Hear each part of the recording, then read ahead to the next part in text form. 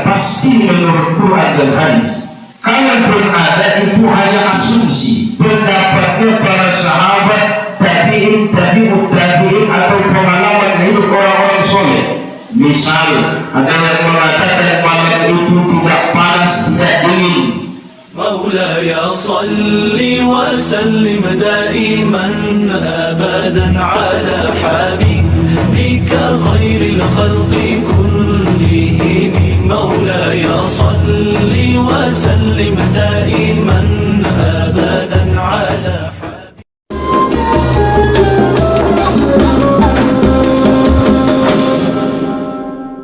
إنا أنزلناه في ليلة القدر وما أدراك ما ليلة القدر ليلة القدر خير من ألف شهر.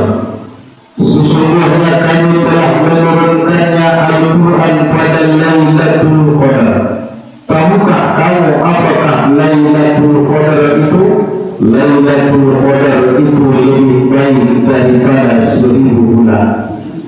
Bapak sekalian, khususnya buat bapak-bapak, ayat pertama dibaca Lailatul Qadar.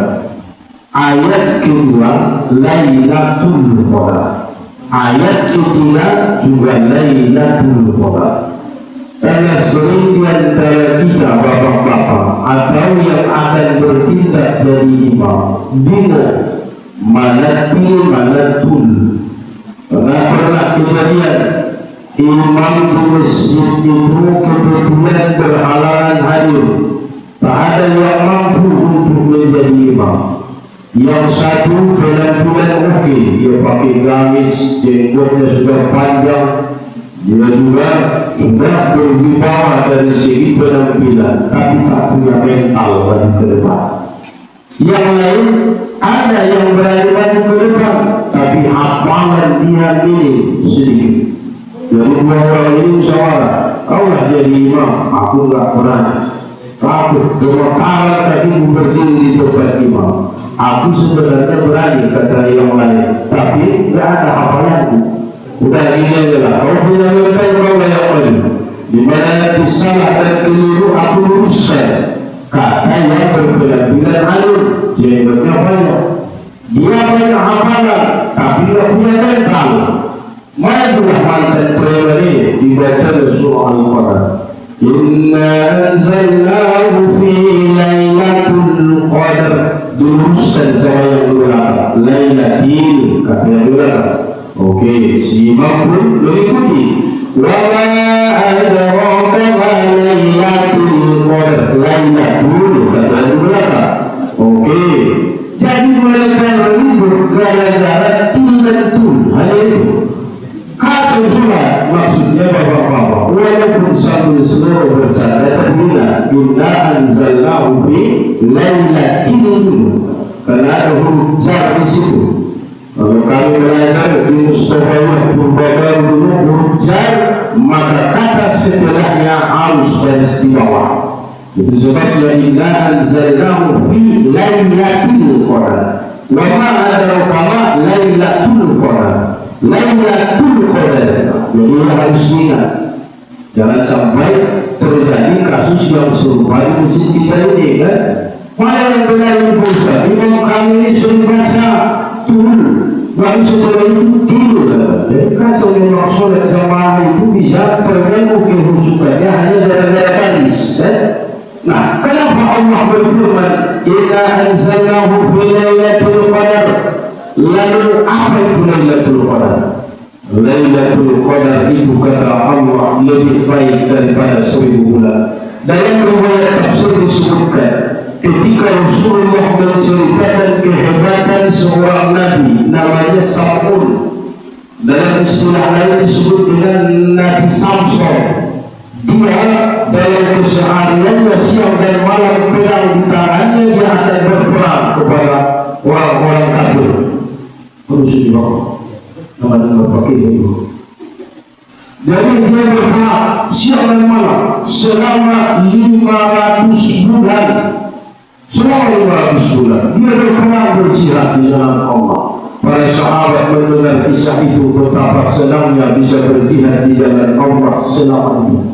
Lalu Allah turunkan surah Al-Qalam.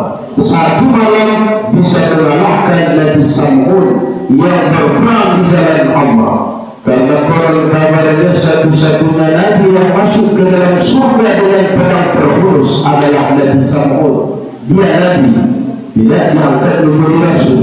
Banyak Nabi-Nabi itu Allah rahasiakan, tidak disebutkan namanya dalam Al-Quran.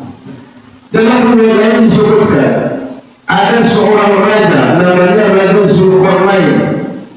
Dia berpetualang ke timur dan juga ke barat, 500 tahun ke timur, 500 bulan ke timur, 500 bulan ke barat, sehingga dia disebut dengan pemilik buah kekuasaan. Bahasa Arabnya Zulkarnain. Zul artinya pemilik, Qarnain beradu timur dan barat dalam kendalinya. Para sahabat mendengarkan kisah itu pengen mendapatkan kemuliaan 1000 bulan laksana Raja Zulkarnain. Allah turunkan surah Al-Qalam. Itulah kelebihan umat Muhammad. Satu malam bisa mengalahkan amal ibadah Nabi Sam'un. Satu malam bisa mengalahkan amal ibadahnya Raja Zulkarnain. Itulah Lailatul Qadar. Yang Allah sebutkan Lailatul Qadar khairun min alfi syahr, 1000 bulan. Kalau kita konvensi atau kita orang menjadi tahu sekitar 83 tahun 4 bulan. Bayangkan Bapak Ibu sekalian, amal itu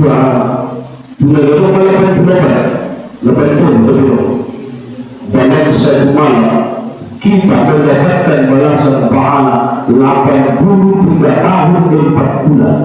Bayangkan kalau sudah tahu kita dapat itu.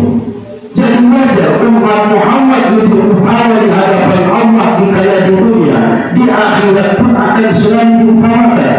Kita yang pertama melipati surga. Kenapa? Amal ibadah kita, biarpun umur kita singkat, tapi kualitasnya luar biasa. Satu malam di antara malam-malam Ramadan itu Allah turunkan Lailatul Qadar. Apa kehebatan Lailatul Qadar itu? Tanazzalul malaikatu war-ruh. Semua malaikat yang ada di alam langit wajib turun malam itu.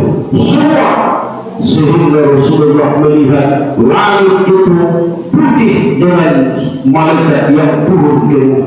Dan bahkan Jibril juga turun. Pada saat itu kata Allah, salamun hiya hatta matla'il qadar. Tenang, sejuk. Tidak ada ciri-ciri atau tanda-tanda Lailatul Qadar itu yang pasti menurut Quran dan hadis. Kalaupun ada, itu hanya asumsi, pendapatnya para sahabat, tabi'in atau pengalaman hidup orang-orang soleh. Misal ada yang mengatakan malam itu tidak panas, tidak dingin. Kita tidak kepanasan, walaupun masjid takwa kita ini dibikin kipas, tidak kedinginan. Kalaupun tidak dihidupkan kipas, tapi kita tidak kepanasan. Itu pengalaman hidup orang soleh. Kepastiannya Allah malam. Kalau kisah-kisah di masa kecil kan sering kita dengar malam Lailatul Qadar semua yang berdiri sujud, bahkan pohon kelapa pun sujud. Ada seseorang lagi berwudu, ia buka kopiah lembu dan sorbannya, ia letakkan di atas dedaunan itu. Begitu selesai dia berwudu, kopiah sorbannya hilang. Ia lihat ke atas, rupanya sudah di atas pohon kelapa. Itu cerita. Kepastiannya Allah. Ada lagi kisah waktu kita masih kecil. Air semua berwudu. Seseorang datang berwudu, dia mau berwudu, tidak ada air. Kenapa air sudah terbeku? Laksana es yang sudah dibekukan. Itu kisah masa kecil. Kepastiannya tidak ada dalam Quran dan hadis. Namun ada upaya paling simpel Bapak sekalian. Kapan Lailatul Qadar itu Allah turunkan? Menurut informasi dari baginda Nabi 10 hari yang terakhir. Tapi ada lagi, kalau ingin pasti mendapatkan Lailatul Qadar, datang ke masjid takwa tiap malam. Pasti mendapati Lailatul Qadar. Datang tiap malam. Jangan pernah lewatkan. Kalau di tahun lalu lagi cawu berhadiah peres kan, menuju orang yang habis efek musarim periode king, amat tahu, anda belum begitu, cawu kira, anda belum begitu, paling simpel borong sudah, kan? Lebih dari tidak cuma cawu berusi orang kita ini. Inilah yang harus kita lakukan. Satu bulan penuh kita datang ke masjid takwa, kita borong Ramadan satu bulan itu, dan bermalam doakanlah kepada Allah, karena pasti satu di antara malam-malam itu Lailatul Qadar. Makanya Allah rahasiakan. Ada rumus-rumus yang dibuat para ulama itu hanya sekedar ramalan.